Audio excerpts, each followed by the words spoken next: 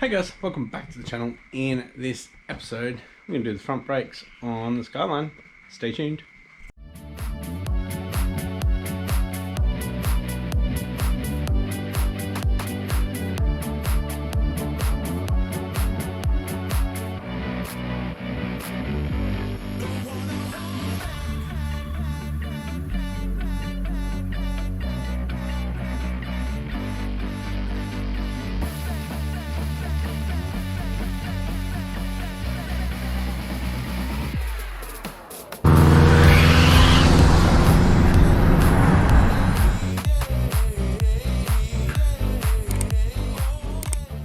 Thanks for tuning in, guys. If you haven't yet, please hit that subscribe button and the post notification bell to stay up to date with my builds. With that being said, let's get into it. Alrighty guys, we have 320mm front rotors for my 2005 V35 Skyline, and we've got some Bendix brake pads, which are for 350Z. Took me a while to figure out which ones were for this, so hopefully they are the right ones. So what we're going to do first is jack up the car. Alright guys, we have the front jacked up, got two stands under there, there's no pin in them and they're all the way down. So what we're going to do next is take off the wheels and put them under the car for more safety. So I'm actually going to be showing you just on this side the process, because we have more room over here. But sorry about the sweat guys, it's pretty humid here in Melbourne at the moment. And yeah, on this side we will be getting the guard liner in, because the wheel will be off and we'll have plenty of room. And I'll probably clean up that white overspray. Let's get those wheels off. Alright guys, wheels are off and under the car, so we've got 4 points of safety there. So this side was scraping. I could just spin the wheel before. Not now that it's a bit loose, but yeah, after dinner I'm going to come out and continue this. Alright guys, by the looks of it, the paint actually came off the back of the wheel. I didn't think I painted that section, but anyway, it's getting swapped out, so we don't need to worry about that. We need to get the caliper off, so to make it a bit easier, we're actually going to take the pads out first and then we'll get the mounts off. I haven't taken them off before, I don't think. These ones here and down there, they look pretty damn big. They look like a 21. Alright guys, so these bolts here are the 14. The ones down here to take the whole caliper off are 22mm. So we'll get them apart. Alright boys, so I've loosened off these 14s, pretty easy. So we'll just take the pads out to make it a bit easier on us to get the whole caliper off. So one's loose, so I'll just undo the bottom one completely and that'll flip up. So yeah, undoing this bottom one, be able to bring it up. We'll take the pads out, put that back down, put that on loosely, and we'll go ahead and try to get these 22s off. These brake pads are the wrong ones. Everyone said there were different sizes. Look at that. Oh my god, so much smaller.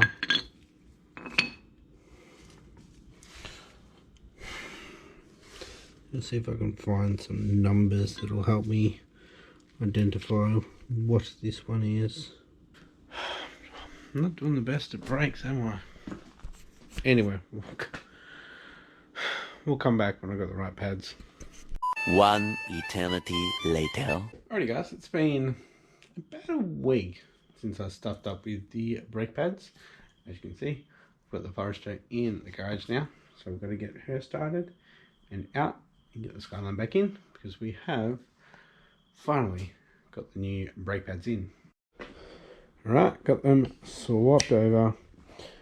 So, like we did before, we'll loosen off the wheel nuts, because these are free spinning, being rear wheel drive, and then we'll jack it up.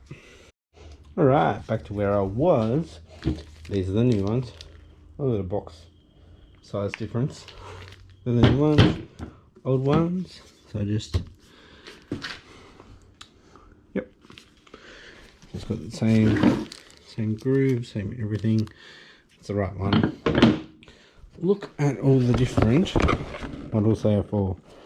So we've got 350Z, the Dualis, Murano, Navara, Pathfinder, Stagia, and a Renault Koleos, which my mum has. Actually, if you didn't know, I actually drove the Renault Koleos to go pick up this on the trailer. Anyways, it's got the same brake pads. So we are at this point, we've taken to 14, we'll loosen that 14, taking that 14 out. So now I'll take that one out and cable tie the caliper onto the spring so it's not just hanging there, and we can get the caliper bracket off. Then we can get the rotor off.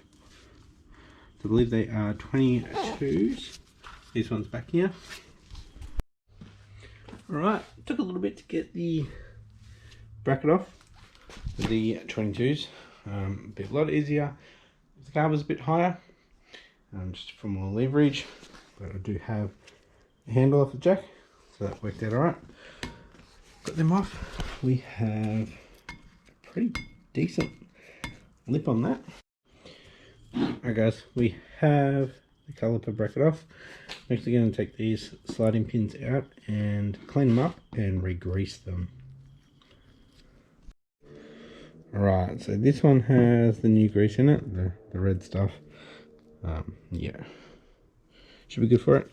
I'm just going to go through the movements and just make sure we haven't got too much in there.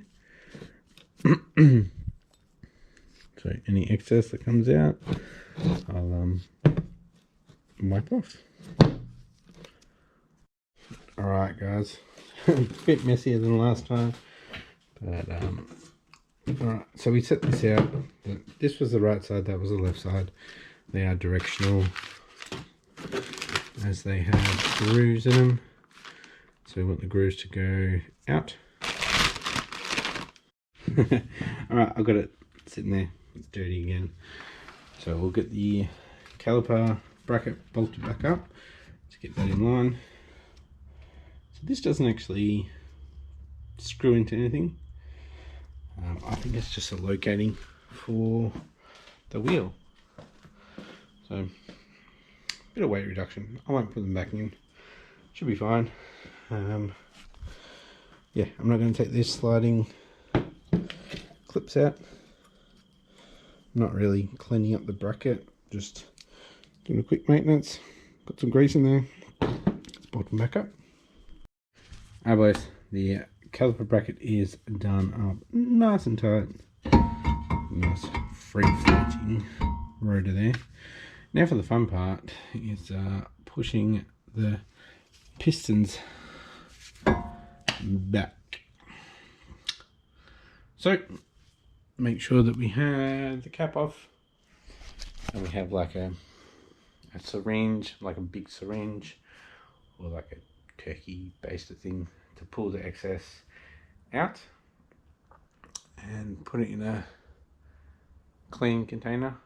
Because once we pump it a few times later, once we've done both sides, it might go down and you might need to use that brake fluid again. Alright, as you can see, I'm using a clamp, and as you can see, the fluid is coming up. So it'll probably come up 4 mil. It's just under max. Let's come up. So at the moment, I'm not going to worry about it just yet. Keep going at it. This is probably the most time-consuming part. If you don't open the calipers up and bleed them that way, I'm not going to be bleeding them. Yeah. Alright guys, so I actually just got the verniers out to check if these will push back far enough, and they are not. I didn't want to risk damaging the shims, so yeah, we still need to keep going on with that. Alright, we are pushed back far enough. Let's get them back on. I did have to suck out some in that container, the syringe over there. Okay, caliper is back down. We need to put the 14s back into those little slide pins there that we greased up before. Alright, so I just pumped the brake pedal till it went hard. We still got quite a bit in there. Still need to do the other side. So once I do the other side, we'll go out for a drive, see how they are, check the fluid, and yeah. So for now, we'll get the wheel back on and we're done. I'll come back once I've done the other side. Alrighty guys, both sides are done. Wheels are back on. I did use the impact, not too much.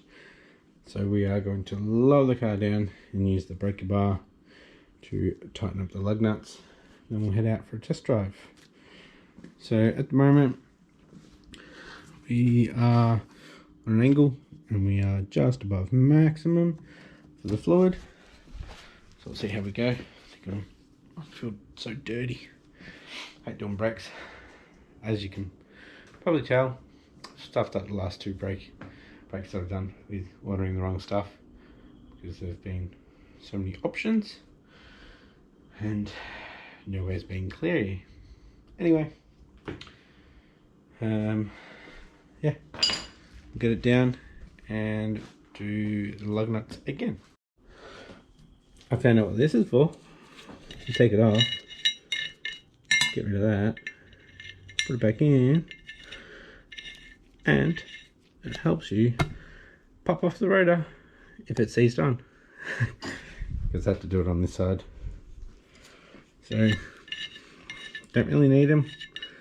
Plenty of bolts to be able to do that. So, fun fact if you didn't know what they were for. I'm pretty sure that's what they're for. Anyways, car's down. Just going to check the lug nuts and we'll head out. Alright, I'm out. Reversed good. It was really squeaky before. Brakes are good. I fixed it. Had a shuddering pedal. Brakes were terrible, they were squealing, and now they're nice and spongy. No, they're not. They're quite firm, actually. So 3 20mm rotors on my car with 2 brake calipers that aren't Brembos. So if you do have a V35, G35, 350Z, make sure you measure your rotors first, because there are so many different options, and same with the pads. Just take your wheel off, get a 14mm spanner and undo your caliper to spring it open, so you can actually see what brake pad you have. Because don't do the same thing that I did and have to reorder, because once you break the plastic on your brake pads, you can't return them. So yeah, learn from my mistakes, guys. Measure 3 times, order once. Unfortunately, yeah, I can't send them back. At least I got the right rotors this time, not like the Golf last time. I got 2 wrong size rotors. Anyway, I'm gonna head back. Alrighty guys, the Skyline is back out in the driveway, ready for work tomorrow. So with the brakes done, I think I'll probably end up doing more mountain runs. It was all pretty shady with the shuttering, and we also need to fix the sports mode, the manual shifting. Still, I've got the switch over here actually. I'm pretty sure it's just the micro switch. And yeah, if you like this episode and it helped you out, give it a thumbs up. And if you haven't yet, please hit that subscribe button and the post notification bell to stay up to date with my builds. With that being said, let's get the Forester back in. Some more episodes. There's something coming with that. See you soon. Bye.